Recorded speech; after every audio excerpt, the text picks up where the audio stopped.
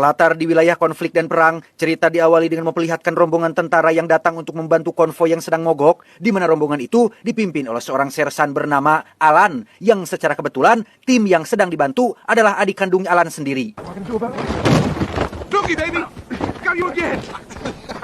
Dari senyum dan vibes yang mereka pancarkan sudah cukup untuk membuktikan bahwa Alan dan adiknya merupakan dua bersaudara yang saling menyayangi satu sama lain. Good to see you, bro. What the city you do?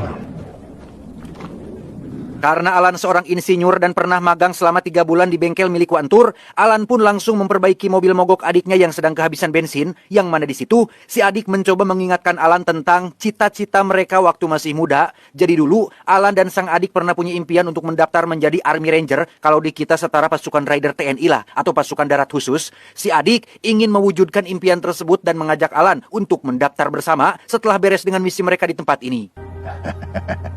Promise? Always. We're gonna be Rangers, baby!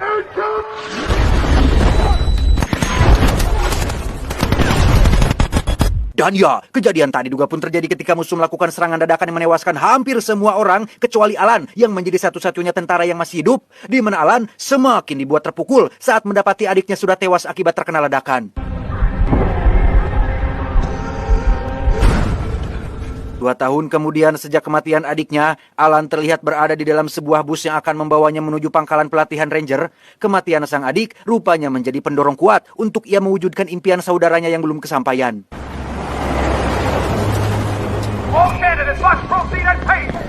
Dalam sesi pendaftaran, semua peserta atau kandidat pun diberitahu jika selama dalam masa pelatihan, mereka tidak akan memakai nama asli, melainkan sebuah nomor yang diberikan oleh petugas.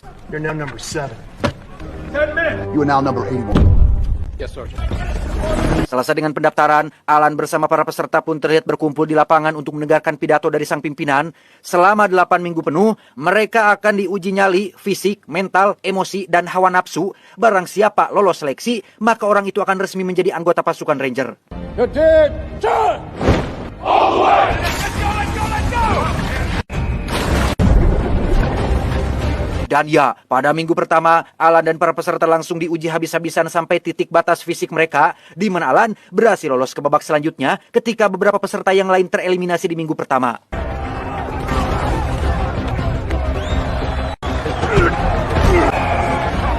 Pada minggu-minggu selanjutnya, tantangan yang mereka hadapi semakin berat karena memerlukan durabilitas dan ketahanan fisik di atas rata-rata manusia rebahan. Namun, dari sekian banyak kandidat yang masih bertahan, hanya Alan lah yang paling unggul di antara yang lain. Hey, slow down, Superman. Making the rest of us look bad. Memasuki tes menembak, pelatih pun menanyai satu persatu kandidat untuk mengetahui latar belakang dan pengalaman mereka sebelum daftar, di mana pelatih langsung dibuat kicep saat Alan menyebutkan nama divisi tempat ia bertugas dan penghargaan bintang perak yang berhasil diraihnya. Alright. Let's see what you got. Saat memasuki jam makan siang, muncul berita tentang pihak NASA yang berhasil mendeteksi objek antar bintang yang berasal dari luar tata surya kita. Namun pihak berwenang berkata bahwa kita tidak perlu cemas karena objek tersebut diperkirakan hanya numpang lewat saja. 146, 148. Pack bags, you are non-select. Gara-gara kejadian sewaktu di tes menembak, kini semua orang pun jadi tahu jika Alan adalah sosok tentara yang kehilangan adiknya sewaktu di medan perang. Penasaran, salah satu kandidat bernomor 15 pun dengan polontongnya bertanya langsung kepada Alan, tetapi... Who the f*** talking in the D-back? Don't tell me that was you, 15. Minggu demi minggu berlalu, sebagian besar kandidat pun tereliminasi dan hanya menyisakan mereka yang punya fisik dan tekad yang kuat, termasuk Alan, yang sudah pasti mempunyai motivasi lebih edan dibandingkan yang lain.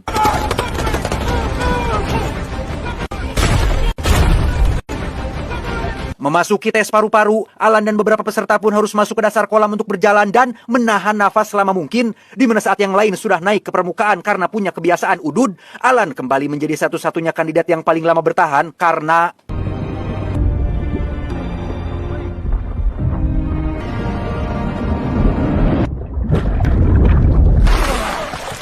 Tangguh tapi tidak stabil secara mental, itulah sosok Alan dalam sudut pandang para pimpinan.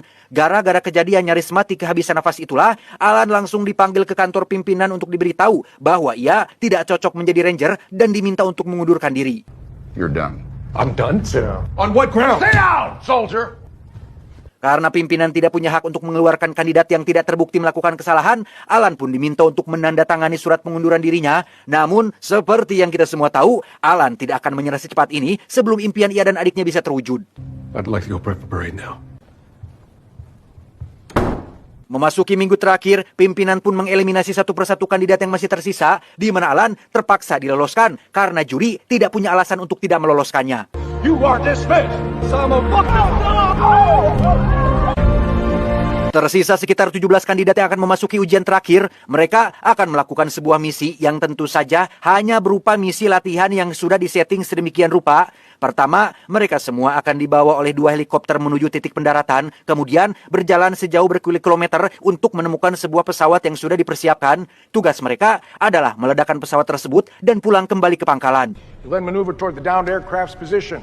We'll provide you extra C4. Tak hanya itu saja, mereka juga harus menghadapi beberapa senior yang akan menyamar seolah-olah menjadi musuh untuk membuat ujian terakhir ini semakin menarik.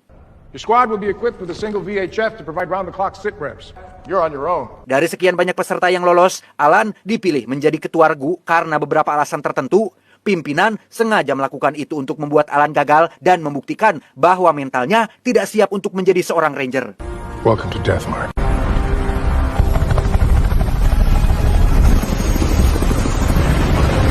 Menggunakan 2 helikopter, Alan dan tim pun diantar menuju titik pendaratan. Dalam perjalanan, Alan dan beberapa kandidat sengaja melihat kawasan tambang batu bara yang katanya tidak boleh dilewati karena merupakan properti milik pribadi. 30 seconds out.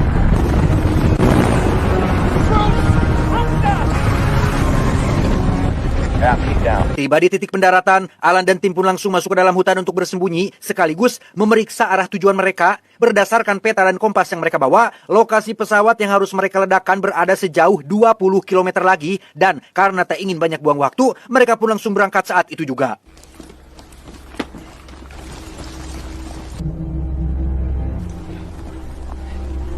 Saat malam tiba, seluruh anggota tim pun kelelahan yang membuat Alan terpaksa harus menghentikan perjalanan, di mana Alan dan satu anggota memutuskan untuk berjaga karena para senior yang berperan sebagai musuh bisa kapan saja melakukan penyergapan dan akan melakukan apa saja untuk membuat mereka semua gagal ujian.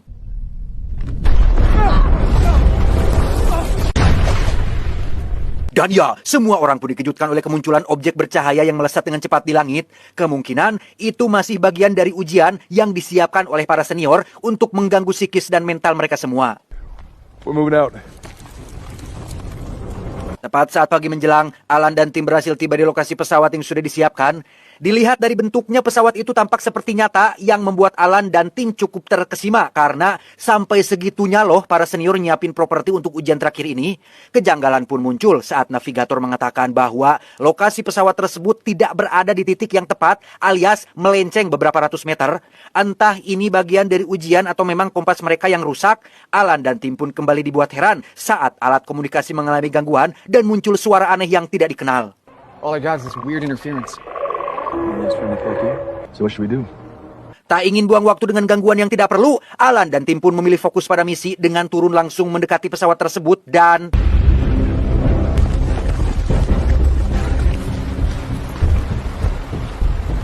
Setibanya di dekat pesawat, mereka tidak langsung memasang peledak, tapi melakukan pemeriksaan area sekitar untuk memastikan apakah para senior sedang memantau atau tidak. Saat sedang melakukan pemeriksaan itulah, Alan tak sengaja melihat pantulan cahaya dari kejauhan dan memutuskan untuk mengeceknya sendirian. Where the is he going now? Tepat saat Alan pergi untuk memeriksa pantulan cahaya tadi, anggota tim pun sudah selesai memeriksa area sekitar dan langsung memasang peledak pada pesawatnya, di mana Anda semua yang ada di rumah mungkin akan sangat dibuat terkejut saat Alan menemukan pesawat lain yang merupakan pesawat properti. Lantas, pesawat apa yang sedang mereka ledakan saat ini?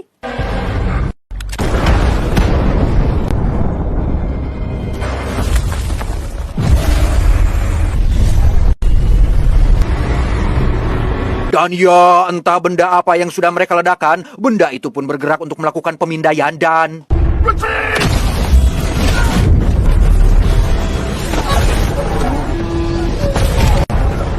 Celaka, benda itu langsung menembaki mereka semua dengan sangat brutal, di mana Alan berhasil membawa kabur mereka semua ke arah tebing dan tiba-tiba...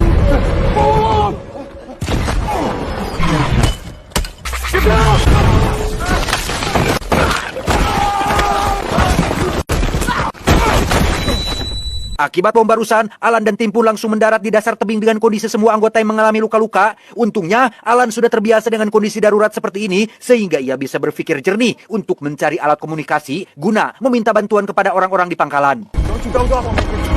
Wait! We're 72! What about 111? He has the radio. Karena alat komunikasinya dipegang kandidat lain, Alan mau tidak mau harus naik ke atas tebing dan kembali ke lokasi tadi. Meski bahaya dan resikonya tinggi, Alan tetap melakukannya demi untuk keselamatan semua orang.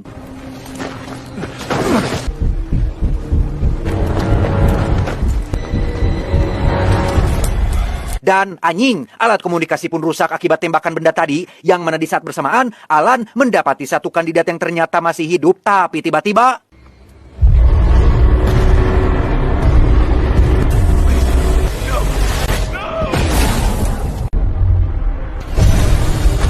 Alan pun langsung kembali dengan tangan kosong dan memberitahu semua orang untuk bergerak secepat mungkin. Mereka tidak punya pilihan lain selain harus menuruni bukit ini, dan karena ada satu anggota yang sedang terluka parah, yaitu kandidat nomor 7, Alan dan tim pun harus bersusah payah untuk menurunkan nomor 7 secara perlahan.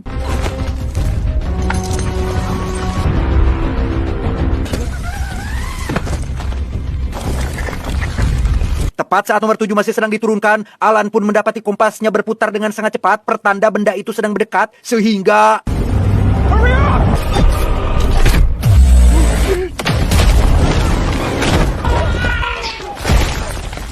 Alan harus kehilangan satu anggota lagi yang tewas secara mengenaskan, di mana benda itu kembali melakukan pemindaian dan... Belum selesai, benda itu kembali melakukan pemindaian kedua yang jika sampai kedapatan ada makhluk hidup yang terdeteksi, maka benda itu akan langsung melepaskan tembakan dan tebak apa yang terjadi?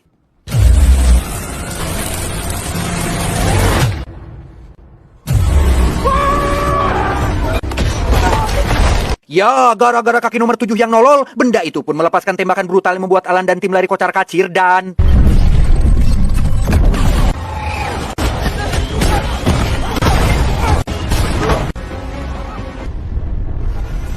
Beberapa saat berlalu, Alan dan 5 anggota tim yang tersisa pun akhirnya sampai di lokasi aman. Mereka langsung membahas terkait ujian terakhir ini yang sudah sangat kamalinaan alias berlebihan, yang jika memang benda itu masih bagian dari ujian yang telah disiapkan oleh para senior, maka sangat jolim sekali perbuatan senior dan para pimpinan.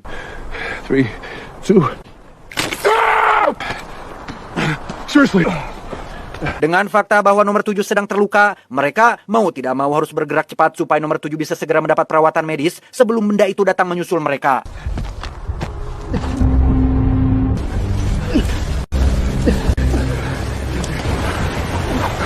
Tiba di sebuah sungai yang sangat deras, Alan lagi-lagi harus berpikir keras untuk menyeberangkan nomor 7 ke sisi seberang. Menggunakan tali yang akan dibentangkan, Alan nekat menjebur ke dalam sungai untuk mengikat tali tersebut di sisi seberang.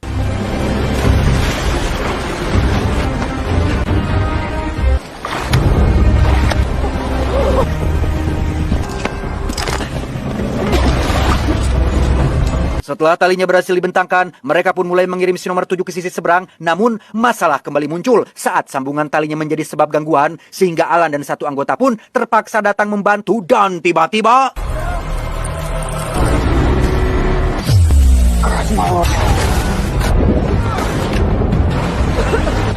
Ya, Alan harus kehilangan satu anggota lagi dengan mereka semua yang terseret arus sungai, di mana Alan sendiri sempat terjebak oleh tali yang mengikat kakinya, sehingga...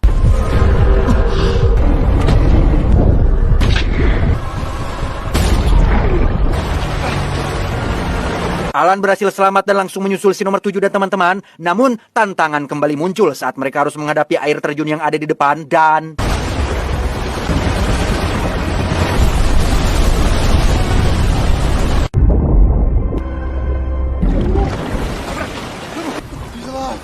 Alan dan sisa tim pun berhasil selamat setelah satu anggota menolong mereka naik ke permukaan. Anggota dengan nomor 60 itu pun mengaku langsung kabur saat melihat benda itu bergerak.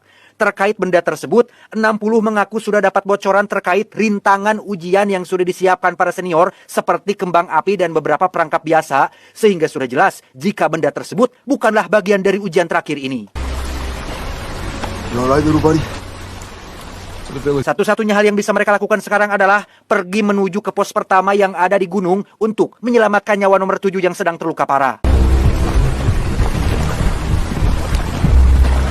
1 jam melakukan perjalanan sampailah mereka di pos pertama yang harusnya dijaga oleh para senior. Namun dilihat dari kondisinya yang sudah hancur, bisa dipastikan bahwa tempat ini baru saja diserang oleh benda tersebut. No, they didn't leave.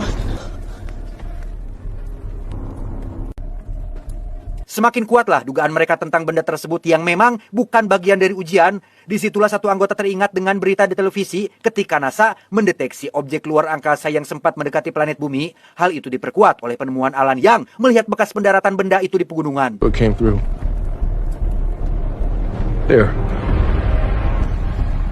Sesuai judul film ini yaitu War Machine alias mesin perang, benda yang mereka hadapi saat ini adalah mesin perang milik alien yang mungkin dikirim untuk memusnahkan peradaban manusia. Terserahlah apa tujuan mereka, yang pasti Alan tidak akan tinggal diam dan akan membawa semua anggota selamat sampai ke pangkalan.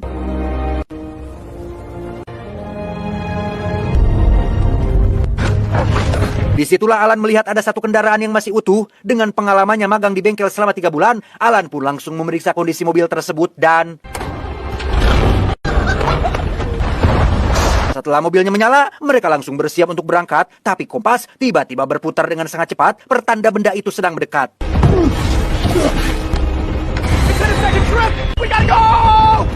Sempat melihat sejumlah amunisi persenjataan, 15 pun berinisiatif untuk mengambilnya terlebih dahulu dan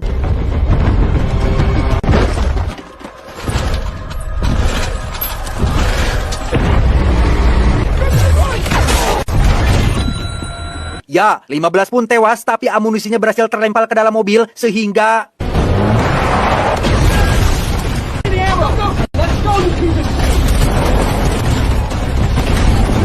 ketegangan pun terjadi saat mereka menembaki benda tersebut tapi tidak mempan, yang karena supir terus ngegas sampai jarak agak jauhan, benda itu pun kembali membuka persenjataannya dan melontarkan puluhan bola peledak yang sangat mematikan.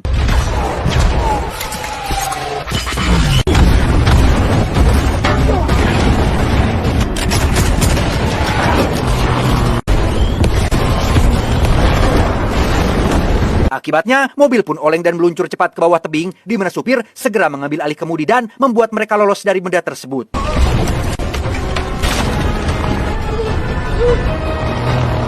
Berlokasi di sebuah lembah dengan tebing di kanan kiri, Alan dan tim mengira mereka sudah lolos, padahal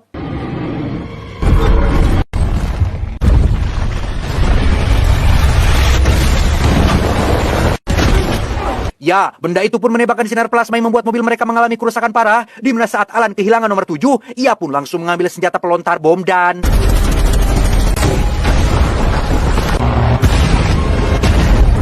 setelah Alan berhasil membuat benda itu terkubur batuan tebing, ia pun bangun dari pingsannya dan menyadari jika semua orang sudah mati.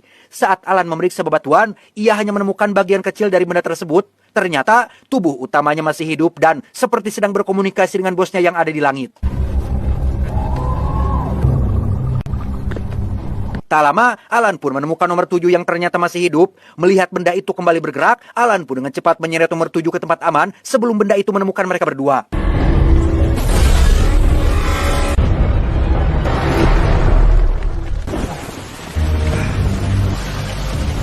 Di tengah hujan dan tanah yang becek, Alan pun menunjukkan fisik luar biasa ketika ia tetap istiqomah, menyeret nomor 7 di jalur yang miring. Sempat mau putus asa dan berhenti jadi tentara, Alan baru sadar jika saat ini mereka berdua sudah dekat dengan wilayah tambang batubara.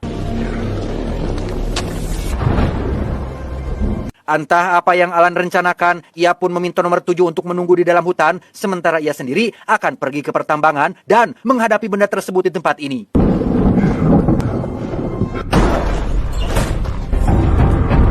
Hal pertama yang Alan cari adalah mesin pemecah batu yang dapat dikontrol dari jarak jauh, yang mana setelah ketemu, Alan langsung memancing benda tersebut untuk datang menggunakan pistol suar yang ia temukan.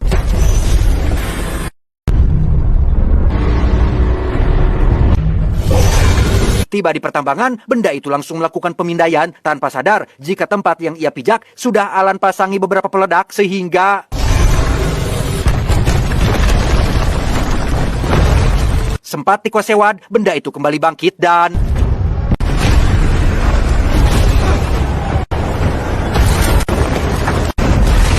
Ya, menggunakan mobil beku, Alan pun mendorong benda itu sampai ke mesin pemecah batu, di mana rencana Alan sendiri ternyata ingin memasukkan kerikil batu bara ke dalam mesin tubuh benda tersebut melalui lubang ventilasi yang berada di bagian atas. Otomatis ketika lubangnya tersumbat, maka mesin tersebut akan mulai overheat alias memanas sehingga...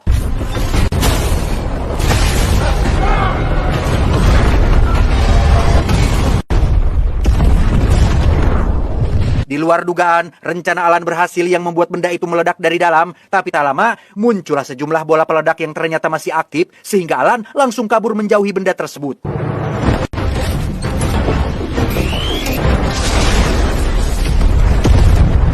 Keesokannya, Alan terlihat sedang menggendong nomor 7 sampai ke pangkalan. Selain berhasil mengalahkan mesin perang alien hanya sendirian, seorang diri, Alan juga berhasil menyelamatkan satu nyawa anggota timnya dan menyelesaikan ujian terakhir dengan sempurna.